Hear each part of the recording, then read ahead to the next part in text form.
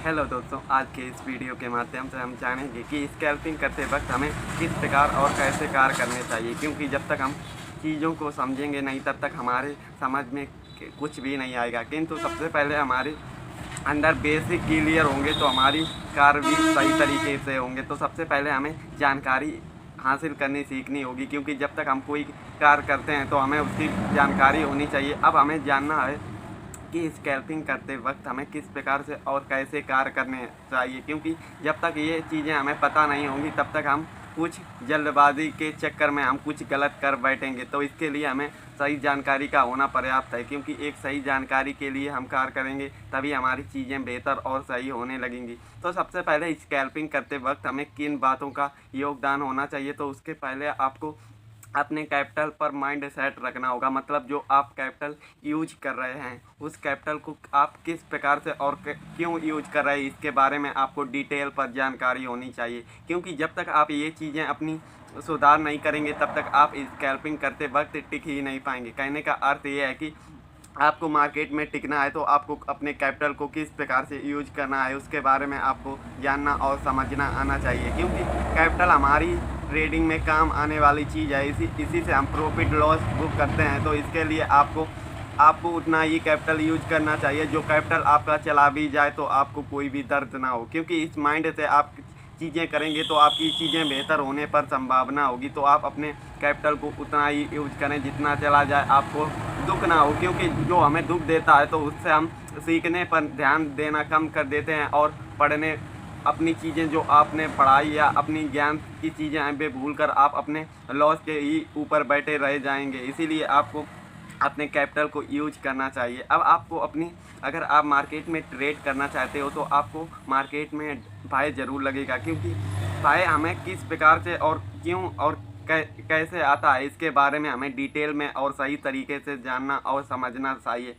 डर हमें तभी लगता है जब हमारे पास कोई भी ज्ञान और नॉलेज नहीं होती। तो सबसे पहले हमें ज्ञान को किस प्रकार से और कैसे यूज करना चाहिए उसके बारे में जानना और समझना होगा, क्योंकि जब तक हम कोई भी फील्ड में जाते हैं अगर हमें ज्ञान ही नहीं होगा तो हम अपने कार्य को किस प्रकार से और कैसे करेंगे। क्योंकि यही चीज़ें हमारी बेसिक कंप्लीट हों तो हमारी एडवांस चीज़ें बड़ी आसान तरीके से हो जाती हैं। इसीलिए आपको भय अपने ज्ञान से दूर कर सकते हैं, क्योंकि अगर आप यहाँ पर नए आए हैं तो आपको शुरुआती दिनों पर कोई भी चीज़ों पर सीखने पर विश्वास करना है, क्योंकि आपको ट्रेड करोगे तो आपके लॉस भी हो सकते हैं। इससे पहले आपको सीखने पर विश्वास करना है, क्योंकि जब तक अपने पास ज्ञान होगा तभी आप एक सही चीज़ें और बेहतर जानकारी के साथ चीज़ें सुधार कर सकते हैं। क्योंकि ज्ञान ही एक ऐसी चीज़ है जो हमारे अंदर के डर को भगा सकती है। इसीलिए अगर आप शुरुआती दिनों पर नए आएँ तो आपको सीखने पर और समझने पर कार्य करना है, क्योंकि जब तक हमें ये चीज़ें अपने अंदर बदलाव नहीं लाएंगे तब तक हमारी चीज़ें बेहतर ही नहीं होंगी। इसीलिए आपको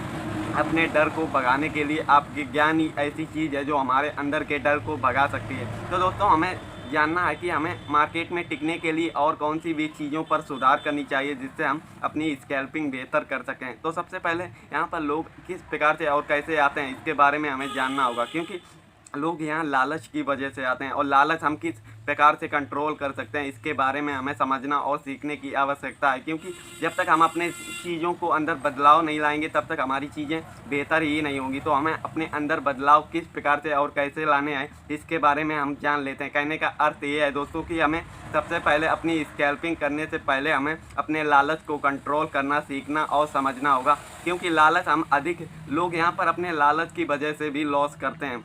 अब लालच हमारी किस प्रकार हमारे मन के अंदर हावी होता है उसके बारे में हम जानेंगे। कहने का अर्थ ये है कि मार्केट में जो भी अपना कैपिटल लाते हैं अपने कैपिटल को डबल करने की कोशिश में अपने लॉस बुक करते हैं, किंतु हम अपने लॉस को किस प्रकार से कम कर सकते हैं उसके बारे में हमें जानना और सीखना चाहिए। मतलब हमें टारगेट हमेशा 10% का ही होना चाहिए, क्योंकि अधिक लालच हमारे लिए घातक सिद्ध हो सकता है।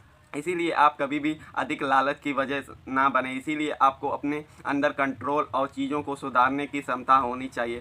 साथ ही आपको सबसे पहले जानना चाहिए कि अगर स्कैल्पिंग करते हैं तो हमें स्कैल्पिंग किस प्रकार से करनी चाहिए, क्योंकि स्कैल्पिंग के लिए हमें ज्ञान की तो अर्जित होती है, किंतु हम अपने ज्ञान को किस प्रकार से यूज करते हैं उसके बारे में हमें सीखने और समझने की जानकारी नहीं होती।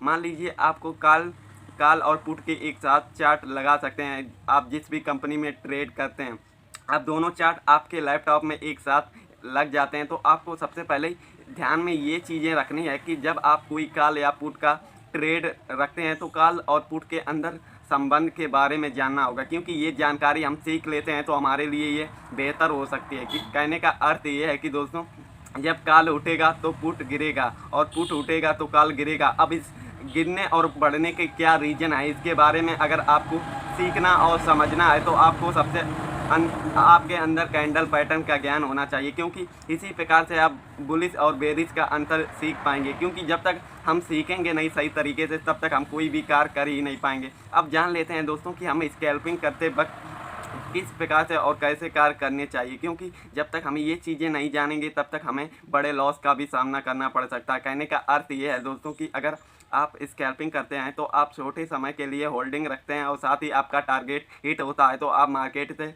बहरार हो सकते हैं, किंतु अधिक देर तक हम रुकें तो हमारे बड़े लॉस भी हो सकते हैं। तो स्कैल्पिंग करते वक्त कितने टाइम तक हमें होल्डिंग रखनी चाहिए और कितने समय बाद हमें होल्डिंग काट देनी चाहिए, इसके बारे में भी हमें डिटेल में जानकारी होनी चाहिए। क्योंकि अगर हम कोई भी स्कैल्पिंग ट्रेड करते हैं तो हमें सबसे पहले जानना और समझना चाहिए कि हमें सही समय पर एंट्री और एग्जिट करना सीखना होगा, क्योंकि जब तक आप ये चीज़ें सीखेंगे नहीं तब तक आपके अंदर बदलाव आ ही नहीं सकते। तो दोस्तों, आपको सबसे पहले 15 मिनट के भीतर आपका टारगेट दे रहा है तो आप ट्रेड कर सकते हैं और 15 मिनट के बाद आपको ट्रेड काटना ही है, क्योंकि अधिक समय तक हम होल्डिंग करेंगे तो हमारे लॉस के भी सामना हो सकते हैं। तो दोस्तों, इन्हीं चीज़ों पर आप रिवीजन और अपनी डेली तैयारी करेंगे तभी आपके बारे में कुछ सीखने और समझने की जानकारी होगी। तो दोस्तों, आज के वीडियो पर इतना ही, मिलते हैं एक नए वीडियो पर एक नई जानकारी के साथ। तो धन्यवाद।